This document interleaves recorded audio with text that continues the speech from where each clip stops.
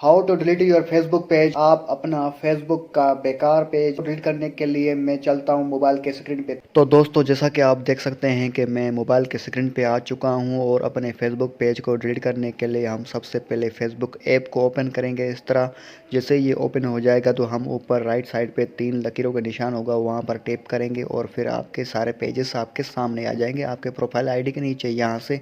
तो यहाँ पर फिर आपके सारे पेजेस के नाम शो होंगे। फिर आपने अपने उस पेज को सिलेक्ट करना है जिसको आप डिलीट करना चाहते हैं। फिर यहाँ से 3 डॉट्स पे टच कर लें। 3 डॉट्स पे टच करने के बाद आपके सामने इस तरह का कुछ इंटरफेस नज़र आएगा। नीचे नीचे जाएं, आपको एक एडिट पेज का ऑप्शन नज़र आ रहा है, इसको टच करें।